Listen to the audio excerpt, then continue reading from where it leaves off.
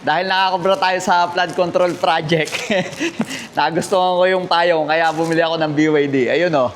Inaantay natin yung ibinok natin na in-drive dahil iiwanan natin to. Pupunta tayo sa BYD para kuhanin natin yung bagong sasakyan. Kaya samahan niyo ako, doon tayo sa BYD Alabang. Tara na!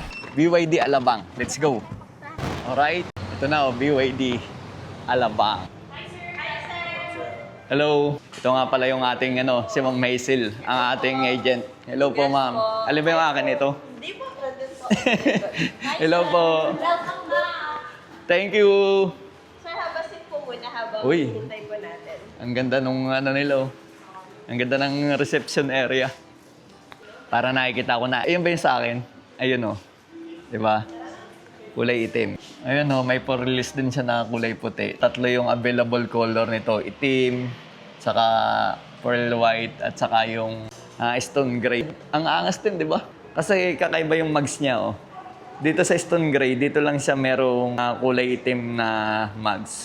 I-demo na sa atin kung paano gamitin. Unang-una, ginamitan na agad ng, anong tawag dito? NFC card. Kumbaga, kung wala yung hindi visible yung 2 key fob, Oo. ito yung isa sa mga way para magamit natin yung sasakyan. Si Sir Julius nga pala ng from BYD, siyempre, i-demo sa atin kung paano gamitin to. Apak sa brake, sir. Apak sa brake. Medyo matagal lang dapat na konti. Medyo diin, sir, sa brake. Akala ko soft touch pati. Ay, ba't kusang umabante? Yung kanina, sir, welcoming seat. Kumbaga, para makapag-adjust ka. So, luluwag siya. Kaya pala, habang pumapasok ako, umaatras to. And then naman, pag medyo nakapasok ka na sa loob, mag-move forward naman siya. Pagbukas naman ng charger. Ito yung pang AC or AC. 7 kilowatt. Pag sinabing AC, alternate current lang na charging station. So, ito yung mabagal. Ito yung mabagal. Slow charging to. Yes po. So, pag ginamit mo na itong pangalawa, yan naman yung sa mga fast charger, yung mga DC charging station. So, pag sa slow charging, mga ilang oras? 3 hours of charging. Okay na. 3.5. 3 hours to 3. Saka hindi naman kailangan kasi May gas ka. may gas naman ako eh. Wala tayong anong tawag doon? Range and science. Mileage. Wala tayong nakakatakot ng mileage. Na kung ilang kilometro ang tatakbuhin. Alright? Mahalaga may gasolina. Thank you, sir. Okay na? Congrats po. Salamat. Ingat po. Thank you.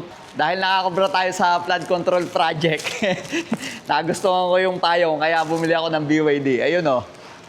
So, siyempre, hindi natin mabibili yan kung hindi tayo in-assist ni Ma'am Hazel. Ito si Ma'am Hazel Sabado. Siya yung nag-assist sa atin at siya yung nag-sales representative natin. Ayan, maraming salamat. That deal. Thank you.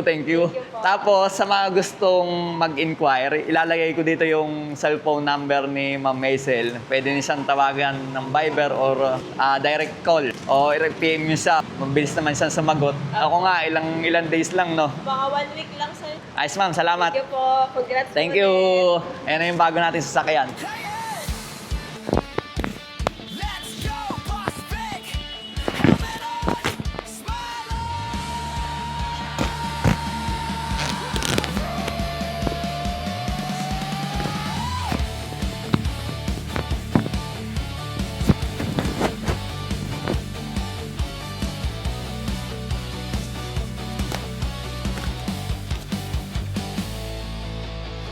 Minsan solo, minsan may tropa, hatak sa daan, parang panalong. So, first start natin.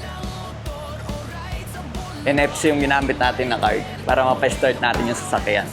And then to, pwede na lagay dito. First start.